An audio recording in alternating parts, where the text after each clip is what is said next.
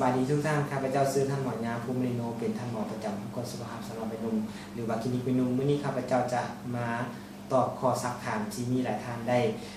ส่งข้อความผ่านทางดร. Facebook มาถามข้อมูลเกี่ยวข้องกับพยาธิเพศสัมพันธ์เนาะซึ่งว่าก็มีหลายๆคำถามที่ถามเข้ามาแต่ข้าพเจ้าก็เลยออกคำถามนี้ที่จะมาตอบเนาะก็อื่นขอแนะนำเกี่ยวกับดร. Facebook กับเป็นกิจกรรมหนึ่งเป็นกิจกรรมใหม่ของทางศูนย์วันหนึ่งของข้าพเจ้าซึ่งเฮ็ดออกมาเพื่อตอบสนองข้อมูลข่าวสารที่ถูกต้องให้แก่วัยรุ่นผู้ที่ว่าสนใจเกี่ยวกับปัญหาสุขภาพเพศสัมพันธ์หรือว่า HIV/AIDS พตพเนาะฉะนั้นตัวนี้พวกข้าพเจ้าจึงเฮ็ดวิดีโอตัวนี้ขึ้นมาเพื่อตอบข้อซักถามให้แก่บรรดาท่านซึ่งประเด็นคำถามที่เพิ่นได้ถามเข้ามาหันเกี่ยวข้องกับพยาธิเพศสัมพันธ์ซึ่งว่าเพิ่นได้ส่งคำถามมาทางพวกข้าพเจ้าเป็นต้นว่าหลังจากมีเพศสัมพันธ์แล้วประมาณ 3-4 มื้อแล้วเกิดมีอาการเป็นตุ่มผื่นแดงและก็มีอาการคันอยู่ที่อวัยวะเพศเนาะแล้วบ่พอเท่าไหร่มื้อพันหายไปเองแต่ว่าผู้เกี่ยวก็บ่ได้เข้าถึงการปิ้นปัวบ่ได้เข้าไปหาหมอเนาะแต่ว่าอีก 2-3 มื้อต่อมาผู้เกี่ยวไปกินปลาแดงแล้วเพิ่นมีอาการตัวนี้เกิดขึ้นมาอีกฉะนั้นเพิ่นจึงถามเข้ามาว่ามันเป็นหยังกันแท้มันเป็นพยาธิเพศสัมพันธ์บ่เนาะซึ่งว่าใน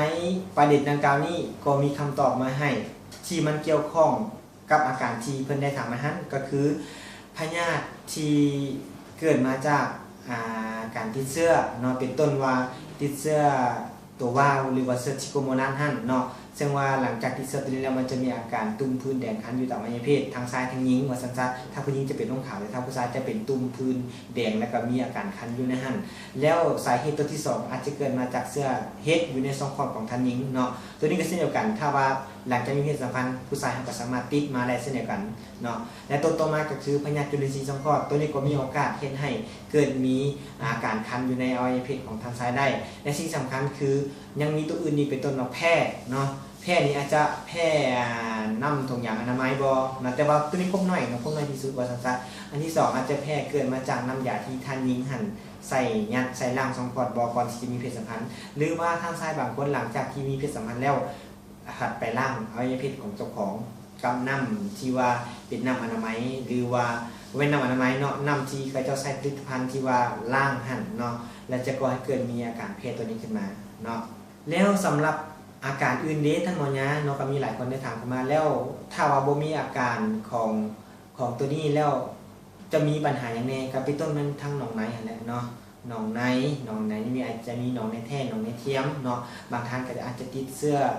HIV/AIDS มาเนาะบางท่านอาจจะติดเชื้อไวรัสตับอักเสบมาบางท่านอาจจะติดเชื้อซิฟิลิสมาหรือว่าตุ่มน้ำใสบ่หรือแผลหิมอ่อนบ่ตัวนี้แน่นอนอาจจะยังบ่ทันปรากฏตัวขึ้นมาแต่สิ่งสำคัญถ้าว่าเฮามีเพศสัมพันธ์แล้วเนาะบ่ได้ใช้ทุกอย่างว่าซั่นๆเนาะหลังจากมีเพศสัมพันธ์แล้วหากเกิดมีอาการใดอาการหนึงขึ้นมาคือเบื้องต้นหรือว่าบ่มีอาการหยังก็แล้วแต่เฮาควรที่จะเข้าไปพบแพทย์พบหมอเพราะว่าเพิ่นจะได้ตรวจเช็คให้ว่าเฮาหันมีปัญหาหรือว่าติดพยาธิเพศสัมพันธ์มาบ่เนาะและสิ่งที่สำคัญแม่นเฮาบ่ควรไปซื้อยากินเองเพราะว่าสิ่งนี้จะเป็นอันตรายเพราะเฮาบ่เป็นหมอเด้หรือว่าหมู่ไปบางคนไปถามหมู่เนาะว่าเฮาเป็นจังซี่แม่นพยาธิตัวที่บ่หมู่ก็บ่ฮู้เพราะหมู่ก็บ่ได้เป็นหมอฉะนั้นแล้วบ่ควรไปซื้อยากินเองหรือว่าบ่ควรไปซื้อยาที่ว่ารับคำแนะนำจากผู้อื่นที่บ่แม่นหมอเนาะฉะนั้นควรเข้าไปพบแพทย์พบหมอเกี่ยวกับกินปลาแดกเนาะก็เป็นปัญหานึงที่ว่าจังได๋วะฮอดคิดเลยว่าก็ว่าได้เนาะเพราะว่ามีหลายๆท่านก็ได้ถามมาเนาะถามมานี่ทั้งวิทยุก็ถามทั้งห้อยคำปรึกษาทางโทรศัพท์ก็ถามหรือว่าแม้แต่ว่าวัยรุ่นที่เข้ามาปรึกษาอยู่ทางองค์กรสุขภาพพวกข้าพเจ้าก็ถามว่าท่านหมอยากินปลาแดกนี่ผิดบ่เนาะอันนี้ก็มีหลายๆท่านที่ว่าได้ให้ความสนใจถามเนาะฉะนั้นขอตอบข้อซักถามตัวนี้เลยว่าการกินปลาแดกบ่มีส่วนเกี่ยวข้องหยังกับพยาธิเพศสัมพันธ์มันบ่ได้ผิดแต่อย่างใดเนาะถ้าว่ายกเว้นแต่ท่านมีภูมิแพ้เองเนาะบางคนแพ้อากาศบางคนแพ้อย่างแน่นอนถ้าว่าสัมผัสกับสิ่งนั้นแล้วจะก่อให้มีอาการแพ้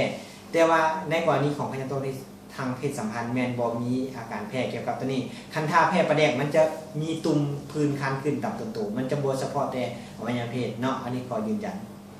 หลายๆท่านมีความกังวลว่าเป็นพยาธินี้แล้วจะเข้าไปหาหมออยู่ไสแน่ก็สามารถไปได้ที่ห้องหมอใกล้บ้านของท่านอาจจะเป็นห้องหมอเมืองห้องหมอแขวงหรือว่าทางองค์กรสุขภาพของข้าพเจ้าก็เปิดบริการทุกๆมื้อบ่ว่าท่านจะมาเมื่อใดก็พบท่านหมอหญิงท่านหมอชายท่านหมอพวกเฮายินดีพร้อมที่จะให้บริการพวกเฮาเปิดบริการตั้งแต่เวลา 9:00 นจนถึง 5:00 นแรงสถานที่ตั้งอยู่ที่บ้านสีหอมเนาะท้ายซอยกับโรงเรียนสีโคตรหรือว่ากรมการค้ากับธนาคารพัฒนาลาว นอนท่านใดที่ต้องการถุงยางอนามัยบ่ฮู้ว่าสิไปหาได้อยู่ไสก็ง่ายๆเนาะไปที่ห้านขายยาทั่วไปหรือว่าห้านซุปเปอร์มาร์เก็ตเนาะแล้วก็มาขอได้อยู่ที่ห้องกฎสุขภาพบำรุงของพระข้าพเจ้าสำหรับสูตรวิตามินเป็นฟรีเนาะแต่ว่าอยู่ห้านขายยาเพิ่นอาจจะเสียเงินนิดนึงแต่บ่เป็นหยังบ่แพงเนาะและสิ่งสำคัญคือถ้าว่าท่านใด